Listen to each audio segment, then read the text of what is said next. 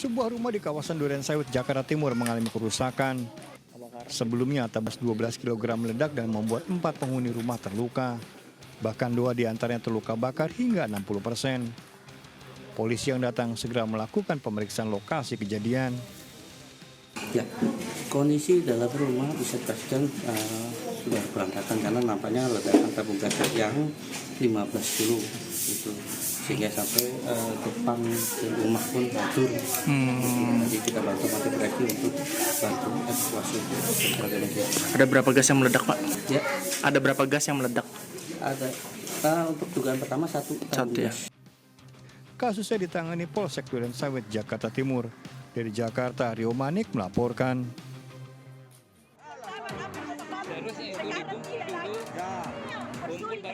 Sejumlah ibu mengamuk lantaran sulit mendapatkan gas LPG 3 kg saat diadakan pasar murah di kawasan Mamuju, Sulawesi Barat.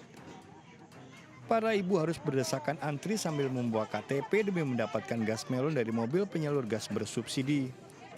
1 pekan terakhir terjadi kesulitan gas LPG 3 kg di Mamuju.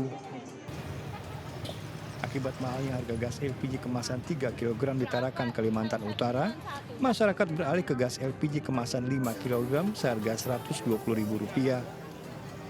Warga yang menukarkan 2 tabung LPG 3 kg mendapat tabung gas LPG non-subsidi ukuran 5 kg dan bonus gula serta minyak goreng. Penerapan pembelian gas bersubsidi menggunakan KTP awalnya ditolak oleh sebagian warga Kota Medan. Namun setelah dijelaskan, kekhawatiran warga akan penyalahgunaan KTP bisa dimengerti. Dari Medan, Mamuju dan Tarakan melaporkan.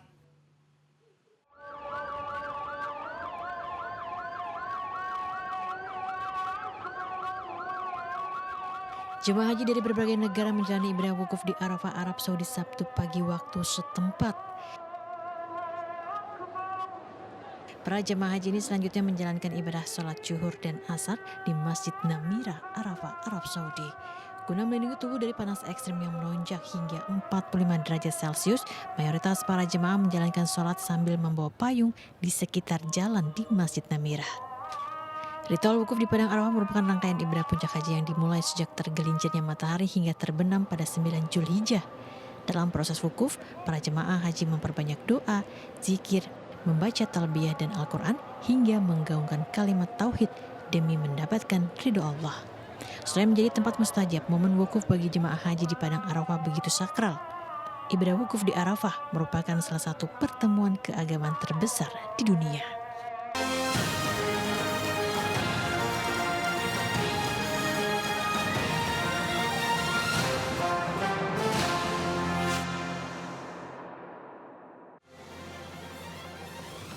Halo, selamat pagi, apa kabar pemirsa? Selain berita utama tadi, sejumlah laporan menarik juga akan menemani aktivitas pagi Anda. Bersama saya Camar Haenda dan berikut seputar Anyus Pagi.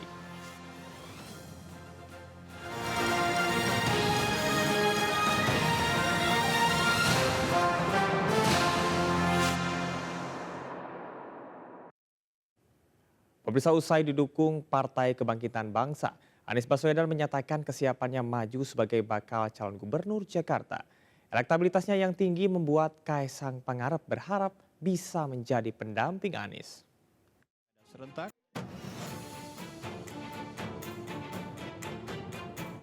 UCDPW PKB Jakarta menyatakan sikapnya mengusung Anies Baswedan ke pilkada serentak. Mantan Gubernur DKI Jakarta tersebut memantapkan langkahnya.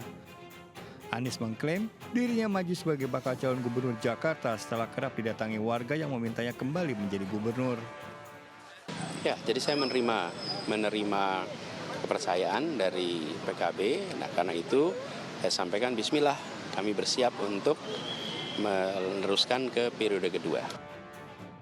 Pesona Anies di kontestasi Jakarta belum hilang. Elektabilitasnya yang tinggi membuat Kaisang, putra Presiden Joko Widodo, tertarik untuk menjadi pendampingnya. Dan kalau misalnya ngelihat survei ya paling realistis dengan Pak Anies. Tapi pandangan Mas Kaisang terhadap sosok RK dan sosok Anies itu seperti apa, Mas? Sama-sama baik, semuanya orang hebat. Pak Anies kan kemarin juga salah satu calon presiden juga. Saya suka nonton dulu Desa Anies, itu juga bagus. Pak RK juga cukup bagus semua. Lalu bagaimana jika Anies Baswedan berpasangan dengan Kaisang? Mantan Gubernur Jakarta tersebut mempunyai pendukung yang militansinya tinggi sehingga siapapun wakilnya tidak berpengaruh bagi Anies. Nah, nilai plusnya adalah Pak Anies tidak lagi merepresentasikan kekuatan politik yang berhadapan-hadapan dengan kekuasaan atau pemerintahan, karena sejauh ini persepsi publik terhadap Pak Anies kan memang menjadi simbol perlawanan atau perubahan. Masa pendaftaran bakal calon gubernur akan dimulai pada bulan Agustus mendatang. Dari Jakarta melaporkan. Memeriahkan HUT ke-497 Kota Jakarta, event Jakarta Fair kembali digelar. Selain menyajikan pameran produk dengan diskon besar, ada beragam hiburan termasuk penampilan artis papan atas. Ya, pemirsa, memperingati ulang tahun Jakarta ke-497, Jakarta Fair kembali digelar di J-Expo Kemayoran. Dan pada pergelaran tahun ke-55 Pekan Raya Jakarta atau PRJ, kali ini PRJ digelar sejak tanggal 12 Juni hingga 14 Juli mendatang. Dan memang para pengunjung yang datang ke sini ingin mengunjungi berbagai booth, mulai dari booth kuliner, kemudian booth otomotif, booth kosmetik atau kecantikan, hingga berbagai peralatan rumah tangga juga tersedia di Pekan Raya Jakarta. Dan terdapat lebih dari 1.500 tenan, di mana 40% diantaranya merupakan tenan-tenan UMKM yang merupakan salah satu cara dari pemerintah Indonesia untuk menggalakkan ekonomi kreatif di Indonesia. Dan memang acara ini juga digelar sebagai salah satu bentuk agar masyarakat dapat menikmati berbagai macam hiburan, karena memang terdapat berbagai macam penampilan dari artis ibu kota. Seperti hari ini terdapat penampilan dari Superman is Dead. Dan menurut informasi yang kami dapatkan, nantinya pengelola Jakarta Fair juga akan melakukan berbagai macam penampilan seperti penampilan barongsai serta tarian-tarian daerah yang dapat Anda saksikan di J-Expo Kemayoran. Anda dapat membeli tiket di loket secara langsung maupun Anda yang ingin datang dapat membeli tiket secara online di kanal-kanal yang disediakan oleh Jakarta Fair. Dari Jakarta, Elsya Kesi Sadu Budi Santoso, iNews melaporkan.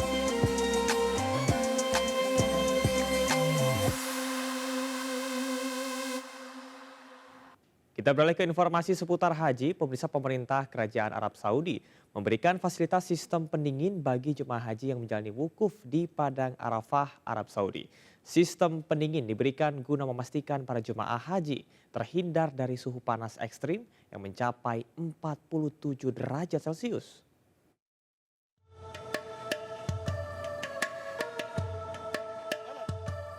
Jutaan jemaah haji dari seluruh dunia menjalankan ibadah wukuf di Padang Arafah, Arab Saudi.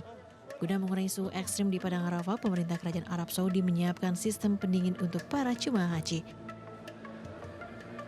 Sistem pendingin di Bukit Al-Rahmah yang dipasang menggunakan tiang-tiang tinggi ini dibuat dengan teknologi tinggi. Selain itu, sistem pendingin dipasang agar para jemaah haji dapat mengikuti dan menjalani ritual wukuf dalam suasana sejuk dan segar. Pihak Kementerian Kesehatan Arab Saudi memprediksi jumlah jemaah haji tahun ini meningkat dibanding tahun lalu, yakni mencapai hampir 2 juta orang. بلغت حالات الإجهاد الحراري في المشاعر حتى هذه اللحظة 151 حالة إجهاد حراري تعاملت معها الفرق الطبية بشكل مباشر، ولذلك احنا نوصي بالوقاية. نستهلك كثير H2O هو الماء، نستهلك كثير الماء البارد ونبقى في الظل ونستعمل الشمسية، واليوم لا يمكن أن نستعمل المظلة لأن حارمين يعني ما في يعني والحمد لله. We have to drink a lot of water. We have to stay in shades. Don't try to go in the sunny weather. Yeah, and keep the umbrella. Selain di Arafah, sistem pendingin juga dipasang di Mina dan juga di kawasan Masjidil Haram, di mana sistem pendingin di Masjidil Haram dilakukan dengan 9 kali proses penyaringan dalam sehari demi memastikan kemurnian 100% udara bebas kuman. Sistem pendingin diberikan untuk mengurangi suhu panas ekstrim yang mencapai 47 derajat Celcius.